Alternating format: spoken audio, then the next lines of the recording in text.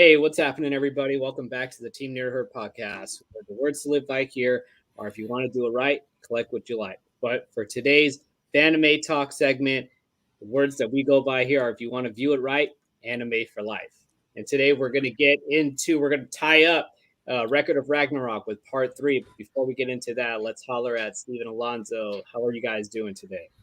Alonzo, take it away, bro. Oh man, I'm doing fantastic. Like I feel so relaxed, so much better. I'm excited to hang out with los hermanos guapos. Because like I missed out last time, so I'm looking forward to just talking about Record of Ragnarok. I'm all caught up. I was excited. So I'm ready to go. What about you, Steve?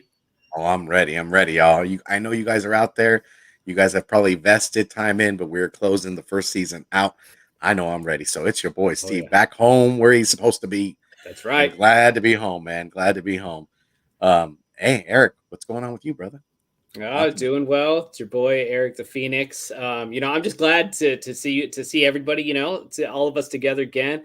And even more excited for the people in the chat. Steve, you want to holler at the people in the chat? Oh, yeah, man. First and foremost, let's go ahead and get that Team Nerd Herd moderators that love. Brother number one, Rudy, brother Rudy, all up in the mix, always supporting.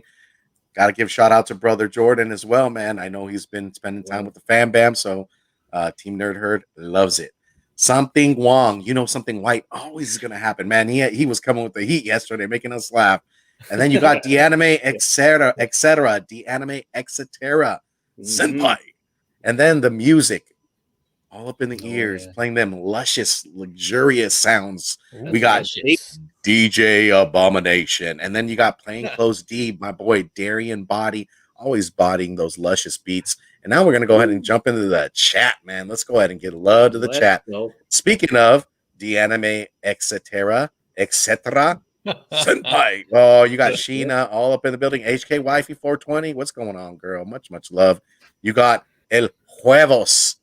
What's cracking, El Huevos? We got Comic Talks Weekly. Comic Talks Phil, my brother Phil, man. Going, man. And you got Something Wong already getting the popcorn ready, man. He's ready to roll. I think we are. I know Eric the Phoenix is up in here. I'm kind of rolling down, guys. We got the back issue, Paulie. Ayo, my man. Ayo, Paulie. Yo, he was at Terrific Con, chilled with the fam bam over there, Justin and everybody, man. Good dude, man. Great Fuzzy dude. Dunlop, what's cracking, my brother? What is cracking? Ricky P. Ricky P. Oh, Ricky P. That's how I'm going to say it from now on, Ricky P. Oh, Ricky. What's cracking, brother Jeff? Always representing, man. Jeff? If y'all missed our show last night, my boy Jeff was hooking us up with some knowledge, man. Let me just tell you, got some 100%. Things in the works. Oh man, look at Comics on the Edge. What's going on, my brother? Low grades familia up in here. And then you got my man. He said, "Ayo, hermano, J2, baby, gifted with the mic and that voice, man, just luscious." All right, y'all, we're gonna go ahead and get into it. I know I'm gonna hand this off to Eric the Phoenix. He's gonna go ahead and kind of give us a rundown on this final season, guys. It was epic. So let's go ahead and get into it, my brother. Boom. All right, man. So for those of you that are viewing and haven't watched part 1 and 2, I recommend go back, watch 1 and 2. But just to kind of give you a little bit of catch up, humanity is in a battle for basically all of their lives. We have gods that are just wanting to do us in, and so far it's not looking so good for humanity right now. The gods are too zip for us, you guys. We're not looking too good. And so this part of the segment starts out with us just kind of, things are looking pretty grim. And our Valkyrie, Brunhilde, she's kind of orchestrating all of this, and she's choosing the fighters, and we're putting her in a pickle, because though we're doing our best, we're just not cutting the mustard. And so she is trying to choose her third combatant, and to her surprise, what's up, T. Ravis? How's it going, man? To her surprise, a gentleman actually comes into the room where she is actually selecting the fighters, and he just kind of picks himself, and she's looking at this. The people do not match. So You know, I don't know what Steve, what you and Alonzo thought about when you see the image of this guy. We see a young buck samurai, but that is not the character that we see. Was that surprising to you guys? That catch you off guard? I was flim flammed. I felt catfish. Yep. Yeah. Because like, yeah, I mean, you're looking at Broomhilde, and she's picking everybody, all the fighters that are in their prime. Like these guys are the epitome of strength, youth, everything. And then you get this next combatant, and he's old, and you're just like, what is going on? How is this guy in his prime? It's nuts. You know what though, yo? When I saw him come in though, it doesn't matter that he's older. As soon as I saw him with the samurai sword, I was like, this is my man, 50 grand. He's gonna do us something proper. But yeah, man, I felt feeling flamed. Yeah, no, I agree with you what you said, Steven. I definitely, you know, have a soft spot for the samurai, you know. And I guess the cool thing that I did think about this is how Alonzo said that they bring the combatants at their prime 100%. He comments and says that he has yet to actually meet his prime, which is why he's looking so old. So this is actually the golden age of what our fighter is, and our fighter is goes by the name of Sasaki Kojiro. And let me tell you guys, he's just from a few glimpses of what just him entering, you could see that this guy is the real deal. However, he is faced up against somebody that he's a beast, you guys. He not only is he the one of the brothers of Zeus, but he is the king of the sea, you guys. He's up against Poseidon, and Poseidon in this world, you guys, he is very ruthless, very stoic, kind of looking guy, very arrogant. He just is just kind of like a man, just a man to himself. He just does not care for anybody else, even including his fellow brethren, the gods.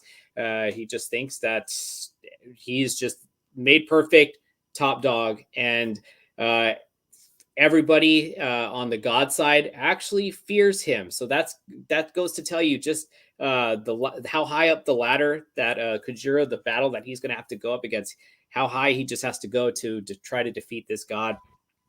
And what's up, Rudy? And so we get a little bit of backstory on Poseidon, just to give you kind of like how just tough this guy is, and just what he ends up doing is that goes through a little bit of a backstory of another brother of Zeus that was actually claimed as one of the 13 gods of Olympus, but he tries to overthrow Zeus, and this the brother's name is Adamus. So the form that Zeus took to defeat Adam, it's named after this brother. This brother is trying to take over, Olympus, wants the top seat, and Poseidon just has no part of it. He doesn't want anything to do with them. He's pretty much ridiculing his older brother, and very disrespectful, does not make eye contact. So that's going to be a key thing, you guys. And when Adamus comes to rush him, he just gets done in, you guys. Poseidon impales him with his trident and just kind of does away with him, you guys. So Poseidon is bad news. But you guys, I want to let you guys know just a little bit about Sasaki, because his backstory and who he is, you guys, is also something to be said. It's very different. I felt like the story, his background was very original. It just was a breath of fresh air. Steve and Alonzo, I don't know if you guys felt the same. I did, but can I just add a couple things about Poseidon really quickly? Because sure. Not only is Poseidon like this badass in his mind, I mean, you kind of touched upon it. He is just like, he's perfect. Yes. He believes he's perfect. He's a god. So everybody around him, they're just like they just don't matter. Right. So he has that attitude, that arrogance that you mentioned around him. That's why he doesn't look anybody in the eye, because he doesn't see an equal. He doesn't see an equal at all. All he sees are just like nothing. Like, you guys don't matter. I am perfect. Yep. Bugs. it's nuts. And then you have Kojiro, and the thing about him that I love is like he has never won a single fight while he was alive. And you're just like, what the hell is happening? And then you have the crowd's just going boo, like, who is this guy? Like, oh, my dad's so much better. My dad beat him. Oh my god. Yeah, so as far as humanity goes, we're seeing our combatant dubbed the greatest loser in history, you guys. So that not only are we getting an old timer, but we're getting somebody with a title like that. If I was on the stands, you guys, I would not be pumped. I would be fearing for my life. Like, we're just done deal. You know, we're dead. But it's. Oh, go ahead, Steven. Sorry. I was going to say, I got to say that one part, though, man, was when him and Brunhilde were having that conversation, and she's in doubt. She's like, I think we're done. And the water jug falls. And he's so fast with his sword that he's able to catch it. And, like, that's just technique. And that is technique, man. If you could catch a jug that's falling with your sword, you know. Alonzo's about to give us a demonstration right now. Yeah, where's your sword? You know, you're gonna hear this loud slam and just water. All right. That'd be. But I thought that part was dope. Yeah. No, Steve, I agree with you 100%. And if that, is just like the tip of the iceberg for this guy. So the reason why Sasaki Kojiro is dubbed the greatest loser in history, played mental games. Rudy, I'm glad you mentioned that because, so a little bit of backstory on Sasaki Kojiro is that the reason why he has has this title is because he has fought many different foes throughout his lifetime. And each time he goes up against somebody, purposefully, he is going up against an opponent that is skillfully higher than he is. And so he kind of already is going into this knowing that he's going to lose, but he is giving it his all. He does try to learn from nature. He has his own little kind of training regimen that he does. But his ultimate quest is just to become stronger. He just wants to meet his absolute peak in the way of the sword, you guys. And he does this perfectly. And going back to what Rudy had mentioned is that whenever he loses a fight, oftentimes if he knows he's going to lose hard, he'll just surrender. But like a chess player, you guys, he will think of moves ahead. And so he becomes so skilled about his other opponent that he will purposefully fight them over and over in his head. And he's not giving himself any, handicaps. If he is getting defeated, even in his head, he counts that, and he will list the number of how many times it takes him to defeat an opponent in his head. And he's so skillful at this that one of his masters comes to visit him years later, who at one time Kojiro actually did challenge his master. Master comes into his little shack, and with the master had gone blind over the years, and even with that, you guys, he is still able to somehow see the spiritual battles that he has had, and he's defeated every single one of these guys. So this is just the very tip, and this only continues on throughout his story, you guys, until he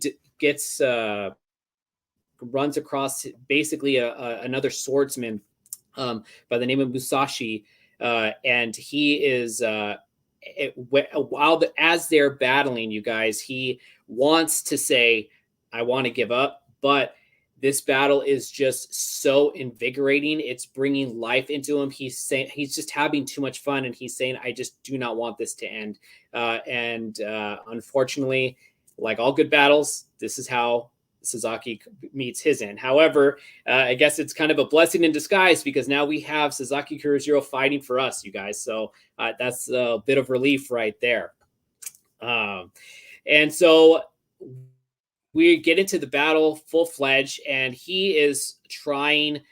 He's basically fighting Poseidon in his head for a brief moment until he makes his advance, and he starts to really put the pedal to the metal, and he comes in with forward slashes, a rising up slash that even Poseidon, a god, is very surprised to see that he was able to perform such a feat. And not only that, he actually gets Poseidon looking at him in his eyes. So that goes to show you just one thing, that Sasaki is, kind of getting a little bit of a win there. Getting some of that respect.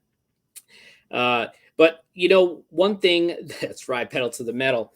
But one thing that when you're in a battle like this, especially up against the gods, it just goes to show you that there is a huge gap that we actually have to fill in order to try to be a worthy opponent. But the good thing about Sasaki Kuroshiro is that because he has acquired this skill of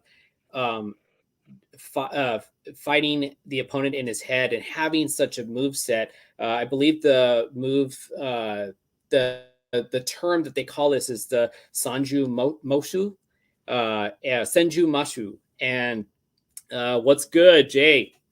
What's good, baby? What this is basically allowing him to do is he's able to see the god's techniques before it even happens. So as things are going, he's doing pretty well for himself until the god Poseidon decides to step it up. And this is where we start to see a little bit more of just the pacing is very different. Poseidon speeds things up, and he so much so. What's up, Inja? Yeah, she be watching anime too. I know. Yeah, there we go. So really quickly, Eric. Yeah. So you know what, you're absolutely right. Like in his mind, like he's predicting every single move that Poseidon's going to do just based on his stance, the way his gait, the way he's breathing. I mean, Kojiro's taking all of that in just to make sure that he gets a great picture of this fighter. And then in his mind, just to Rudy's point, like he's replaying all these scenarios. Like if he does this, what am I going to do? And it's fantastic. I love how, in the animation, how they kind of form this like illusion of Poseidon, and how the way he moves and how he's predicting everything. I mean, it's fantastic. That special ability that Kojiro has, that ability to predict. I mean, it's fantastic. I love it. Yeah, it's kind of like it's kind of like God, what's that movie that we always like to watch, Eric? With freaking Tom Cruise, The Last Samurai. It's that. Yeah. You know how he has those envisions of as he defeats those three guys. That's total. It could be like what would be called total center, right? Yeah, or foresight. It is definitely a foresight. Being able to be a step ahead or many steps ahead of your opponent, and. Not only is he taking everything that Poseidon, all of his movements, but in doing that with all the many battles that he has had, he's taking all of that information that his body, his mind had, acquired over the years, and he's applying all of that. So everybody that he's fought is in the back, cheering Sasaki on, and even with the cheers, you guys. That's right. Oh, he's letting the cat out of the bag, Jay. Talk about that. Spoiler. Yeah. We talk about that soon. Yeah, we will. And so, even with that, though, Poseidon is still a little too much for Sasaki, and he draws first blood. He actually breaks the sword that Sasaki Kuroshiro is using, and so our Valkyries are kind of sweating this because that's their sister, and the sister's name is Reese. And or wrist. And Sasaki is just not going to give up. He's saying that this is one battle that he just wants to win, and he goes, grabs the broken blade, and to our surprise, with this particular sister, she actually has a 2-power, like a split personality. Her name, I believe it has to do with the one who trembles with fear and rage. So Sasaki takes those swords, and they transform into yet another divine treasure. And this is where the battle really gets thick. And Poseidon has to also step it up. And even still, you kind of see a little bit of humanity's despair, because as much as Kurojiro is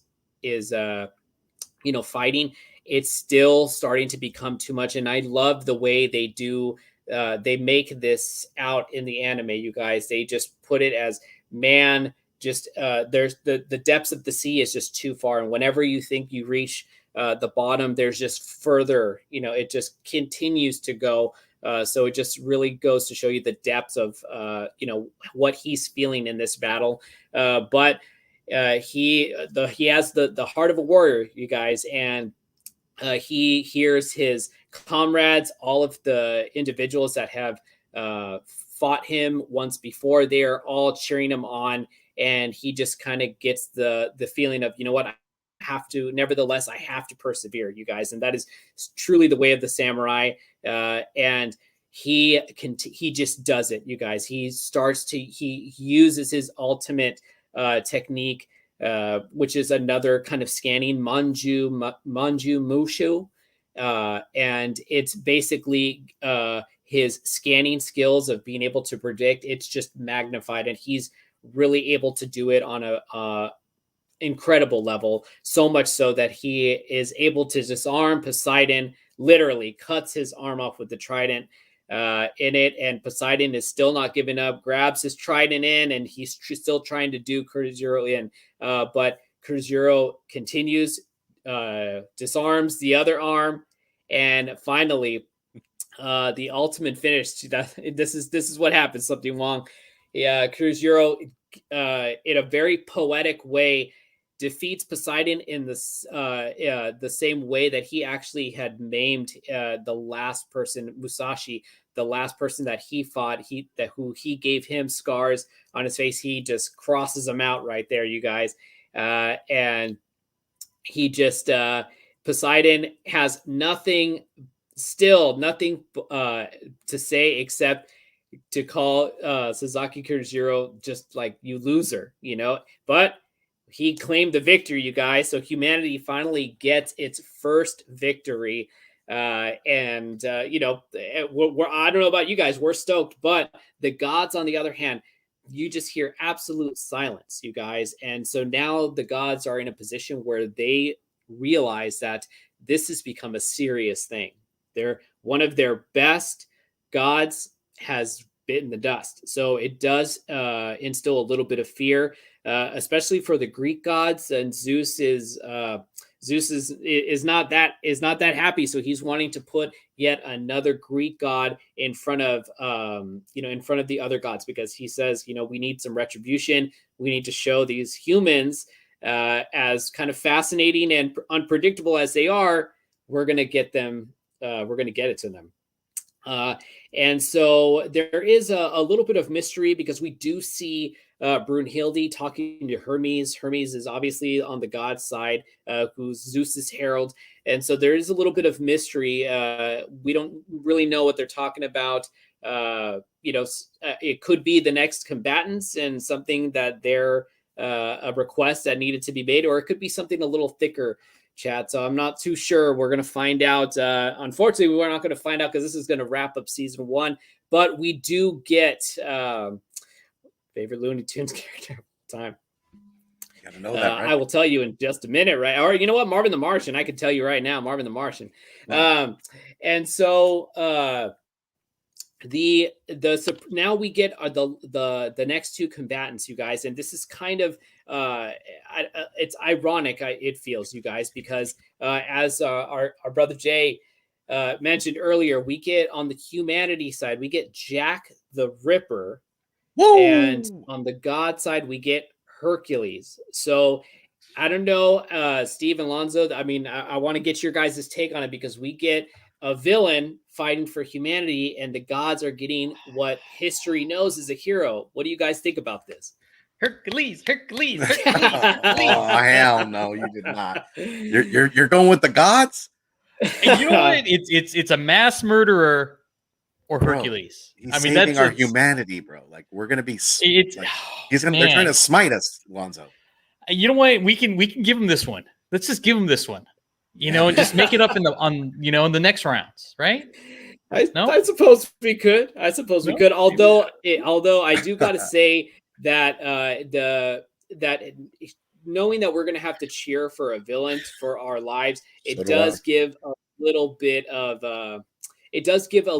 a feeling of just what kind of tricks are going to be up his sleeve. That's true. She makes a good point. What does that say about humanity? It means we're trying to live, girl. We're trying to live. Desperation rears its ugly head, and literally, we got one of the ugliest guys. That is going to be fighting for all of our lives. So if we want to continue to live, we got to put our hopes into Jack the Ripper, and hopefully he could beat. How do you go, Alonzo? Hercules.